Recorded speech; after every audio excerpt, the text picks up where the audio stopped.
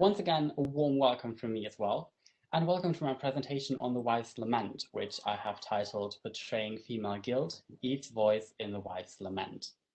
Now, the wife's lament, as mentioned, is an Old English elegy in which a female narrator mourns her current state in enclosure and laments the separation from her husband and misery in an earthen cave. It is part of the Exeter book which was compiled sometime in the 10th century. So I would like to start my presentation off with a quote by Lees and Overing. We know women were present, but as we were faced with their absence from the cultural record, or with a source that allows us only a partial glimpse. Now, women found themselves being pushed to the margins, and the Old English elegy, The Wife's Lament, too offers us only a partial glimpse into female lives at the time.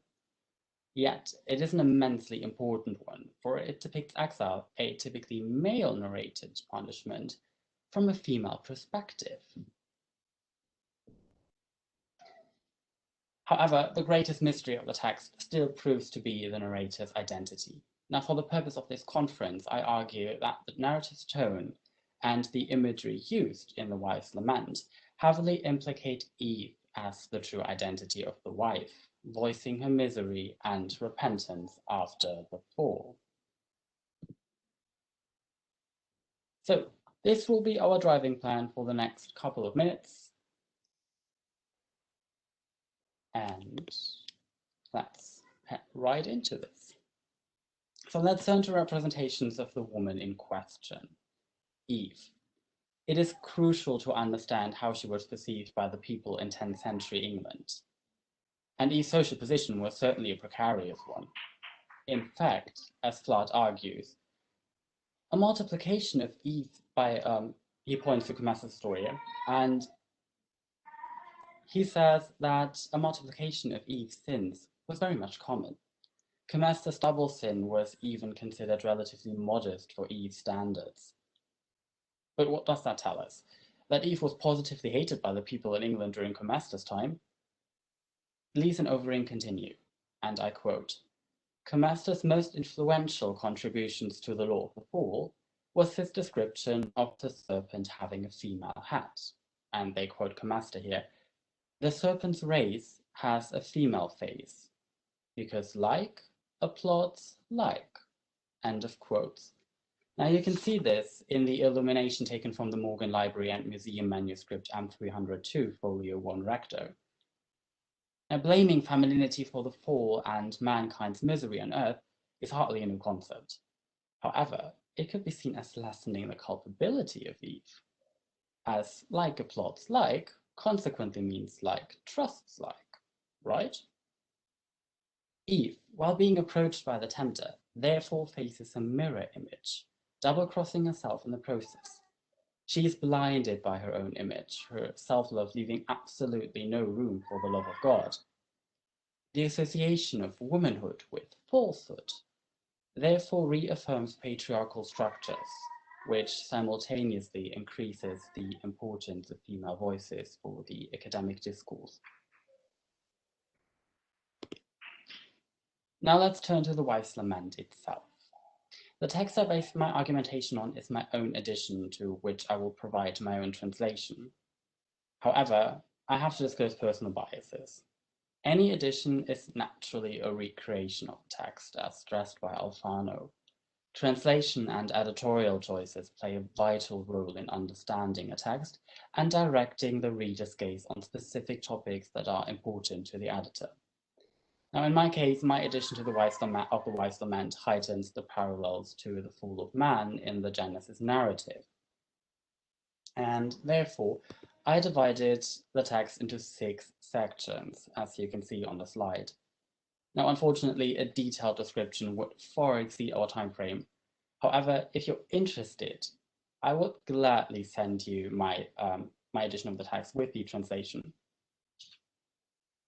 So anyone who has ever attempted to translate a text surely found that translation processes are consequently a quest for the right word or the right phrase.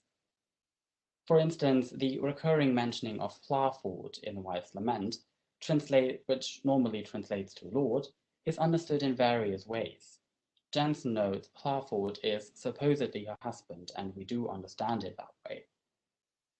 However, in my edition, Clafford, depending on the context, translates to either Adam or God, taking both meanings, husband and Lord, into account. But where exactly do we hear Eve's voice in the text? Well, to answer this, I divided my analysis into four main arguments.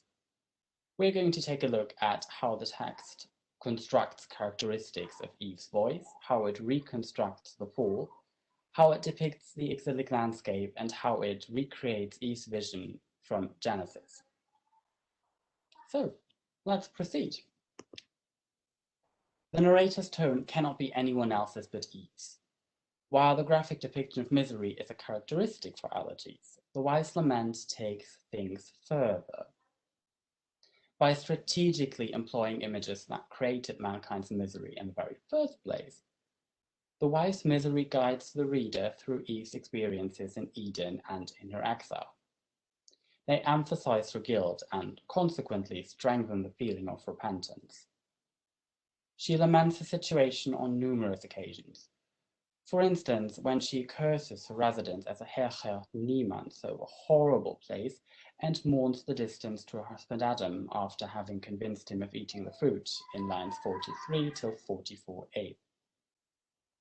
However, the tone is set already in the introduction. The wife explicitly says that she's about to tell some miserable tale. She never knew sorrow, which evokes the image of Adam and Eve's blissful life in paradise. Sorrow only entered her life after her expulsion from Eden. Her parting words further raise awareness to her beloved's resentments towards her. The framing of the poem therefore suggests that it is really Eve's voice we are hearing in the narrative. Now, the fall of man is described in length by the narrating voice. If we read the poem from Eve's perspective, lines 6 till 26 recapitulate the events in Eden. Now take a look at the quote. The man's kinsman plotted against her behind his back, which, when paralleled with Genesis, reflects Satan's wish to avenge his fall and torment Adam and Eve. Especially the mentioning of a MaCom garter, so a woeful need, implies a strong connection to Eve's awakened desire to eat the fruit. The similarities are far too vivid to be coincidental, suggesting that the wife's voice is indeed Eve. Now please take a look at the quote here. Once she was happily married, reflecting her blissful life in Eden. However, her marriage was severely affected by her betrayal, resulting in the irreconcilable distance between the former pair. Her marriage to Adam and the impending strain on it thus emphasize her despair. The reader is carried away with the narrative, feeling the underlying severity of their marital status.